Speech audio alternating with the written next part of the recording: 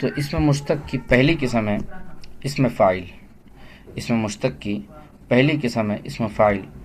اسم فاعل اس اسم کو کہا جاتا ہے جو ایسی ذات پر دلالت کرے جس کے ساتھ کوئی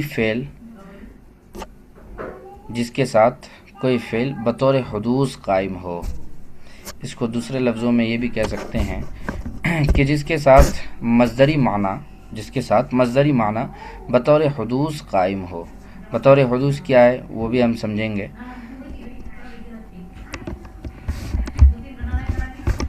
تو اسم فاعل ایسے اسم کو کہا جاتا ہے جو ایسی ذات پر دلالت کرے جس کے ساتھ کوئی فعل بطور حدوث قائم ہو. جیسے مثال کے طور پہ ضاربن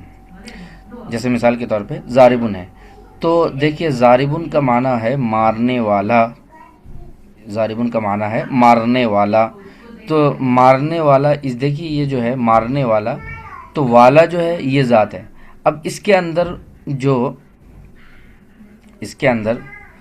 ایک معنی ہے اور وہ معنی مصدری معنی ہے ضرب. مارنا، ضرب جو ہے مارنا یہ مصدری معنی ہے اور وہ فعل بھی ہے. مارنا کیا ہے؟ مارنا فعل بھی ہے، اسی کو مصدری معنی بھی کہتے ہیں دوسرے لفظوں میں. تو ضاربن کے اندر جو ہے ایک تو مصدری معنی بھی ہے، دوسرا یہ کہ اس میں ذات بھی ہے.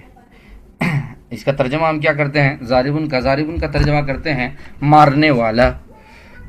تو اس میں جو ہے مارنا، ضرب مارنا جو یہ مصدری معنی ہے اور یہ مصدری معنی اس کو فعل بھی کہتے ہیں، مصدری معنی بھی کہتے ہیں. تو اس کے اندر ضرب ہے، اس کے اندر ضرب جو ہے مصدری معنی قائم ہے. تو اس کے اندر جو مصدری معنی قائم ہوا یہ بطور حدوث ہے. بطور حدوث کا مطلب یہ ہے کہ جو ہے ختم ہو جانے والا. حدوث اصل میں کہتے ہیں نیا ہونا، اور حادث ہونا اس کو بھی کہتے ہیں جو دائم نہ رہتا ہو. حادث کسی چیز کا حادث ہونا، یہ آپ منطق میں پڑھیں گے. حادث ہونے کا مطلب ہوتا ہے کسی چیز کا ہمیشہ نہ رہنا، یہ بھی آپ کہہ سکتے ہیں. تو بطور حدوث کا مطلب یہ ہے کہ ضاربن کے اندر جو مارنے کا جو معنی ہے وہ بطور حدوث ہے، یعنی ہمیشہ کے لیے نہیں ہے. وہ جو ہے ہمیشہ کے لیے نہیں ہے، بس وہ ختم ہو جانے والا ہے. تو بطور حدوث کا مطلب ہے جو بطور دوام نہ ہو اس کو کہتے ہیں بطور حدوث.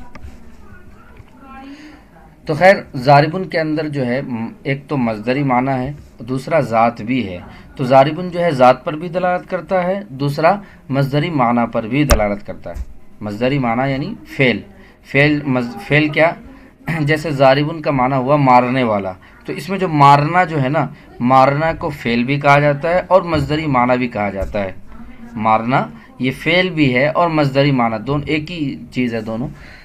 تو یہ مصدری معنی اس کے اندر، اور ضاربن کے اندر جو مصدری معنی ہے یہ بطور حدوث ہے، بطور دوام نہیں ہے. بطور حدوث کا مطلب ہے کہ ہمیشہ رہنے والا نہیں ہے، یہ معنی جو ہے ختم ہو جانے والا ہے، ہمیشہ رہنے والا نہیں ہے. اور اسی طرح یہ ذات پر بھی دلالت کرتا ہے. ضاربن جو ہے یہ ذات پر بھی دلالت کرتا ہے. تو اس میں فاعل جو ہے ذات پر بھی دلالت کرتا ہے، فعل پر بھی دلالت کرتا ہے. مصدری معنی، تو مصدری معنی اور ذات دونوں پر دلالت کرتا ہے، یعنی اس میں دونوں معنی ایک ساتھ ہی سمجھ میں آ رہا ہوتا ہے. تو یہ ہو گیا اسم فاعل. اسم فاعل جو ہے ثلاثی مجرد سے فاعلن کے وزن پر آتا ہے، یہ فکس ہے. ثلاثی مجرد یعنی اس فعل کو، ثلاثی مجرد فعل کی ایک قسم ہے، اس فعل کو کہا جاتا ہے ثلاثی مجرد جس کے 3 حروف اصلی ہوں. ثلاثی مجرد جس میں 3 حروف اصلی ہوں اس کو ثلاثی مجرد کہا جاتا ہے. تو جو فعل ثلاثی مجرد اگر ثلاثی مجرد ہے تو اس سے فاعلن کے وزن پر آئے گا اسم فاعل. فاعلن کے وزن پر اسم فاعل آتا ہے. لیکن اس کے علاوہ اگر ثلاثی مزید فی ہے یا رباعی مجرد ہے تو اس کا پھر الگ وزن ہے، اور وہ جو ہے آپ کو صرف میں پڑھایا جائے گا. صرف میں آپ نے پڑھ بھی رکھا ہے پہلے حصے میں آسان صرف میں. تو اگر ثلاثی مجرد ہے، فعل ثلاثی مجرد ہے، تو اس سے اسم فاعل کا قاعدہ فکس ہے کہ فاعل ان کے وزن پر آئے گا. دوسری قسم اسم مشتق کی دوسری قسم ہے اسم مفعول. اسم مشتق کی دوسری قسم ہے اسم مفعول. اسم مفعول کس کو کہا جاتا ہے؟ تو اسم مفعول ایسے وہ اسم مشتق ہے کہ جس پر جو ایسی ذات پر دلالت کرے جس پر کوئی فعل واقع ہوا ہو.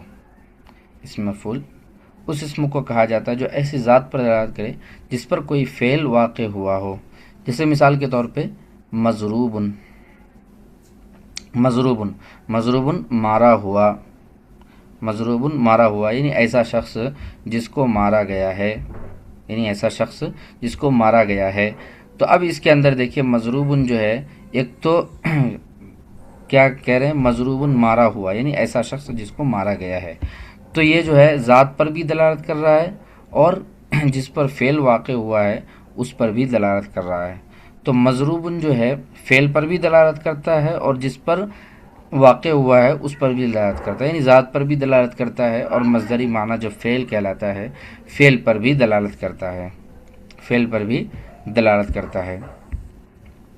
اور ثلاثی مجرد سے اسم مفعول مفعول ان کے وزن پر آتا ہے. ثلاثی مجرد سے اسم مفعول مفعول ان کے وزن پر آتا ہے. تیسری قسم ہے اسم مشتق کی اسم اعلیٰ.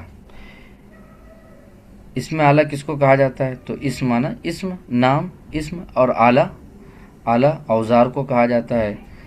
اسم اعلیٰ اس اسم کو کہا جاتا ہے جو کام کے اعلیٰ پر دلالت کرے، اوزار پر دلالت کرے، جس سے کام کا اعلیٰ سمجھ میں آتا ہو، اوزار سمجھ میں آتا ہو، اس کو اسم اعلیٰ کہا جاتا ہے. اور اسم اعلیٰ کے جیسے مثال کے طور پہ مکنستن، کیا مکنستن کا معنی ہوتا ہے جھاڑو، جھاڑنے کا آلہ.